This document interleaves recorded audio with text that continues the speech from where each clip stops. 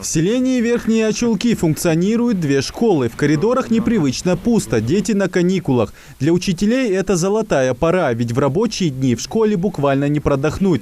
В одноэтажном здании 50-х годов постройки, рассчитанном на 200 мест, приходится размещать более 500 детей. В тяжелых условиях мы работаем 2 смены. Количество учащихся у нас 570. Конечно, не только мы, наши дети и все жители села ждут этой новой школы, чтобы заниматься в одну смену, проводить неурочную деятельность, как необходимо. Ждать, конечно, еще долго. Новое учреждение начали строить в октябре. По плану школа будет отвечать всем современным требованиям. В проекте предусмотрено абсолютно все для комфортного обучения 720 учащихся. Вот на 720 мест школа. Вот это очистные сооружения у нас и будет подстанция трансформаторная. Вот эти дорожка, вот вся эта основная малярия, вот которая идет, это озеленение идет, дорожка идет тротуарная, и идет с главного входа у нас тротуар.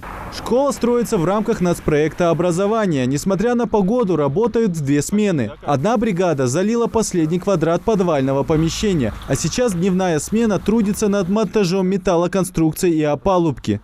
Под бетон, колонны выводить даже до окна.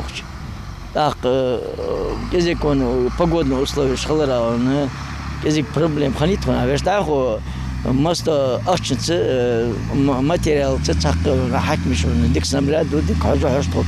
По словам Хусейна, работы здесь не в проворот. Около 50 строителей разделились на несколько бригад. Пока одни заняты коробкой здания, другие, вооружившись тяжелой техникой, копают траншеи для будущей теплотрассы и других коммуникаций.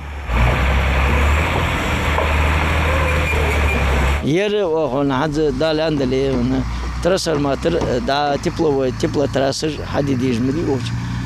Це очистное сооружение хаиш. Ишхан даю ляй охон, шаян. Оже, тяхон, и когож доходу, хадяха, теплотрасса, очидака, ты издакулурда. Ко ханистета.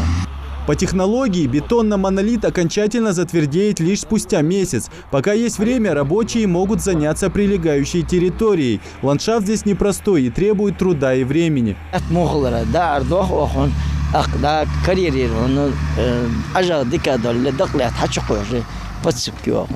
Срок сдачи объекта – декабрь 2021 года. Но подрядчик надеется опередить график, если пандемия не помешает. Идрис Ижиев, Асхаб Белакиев, Новости 24.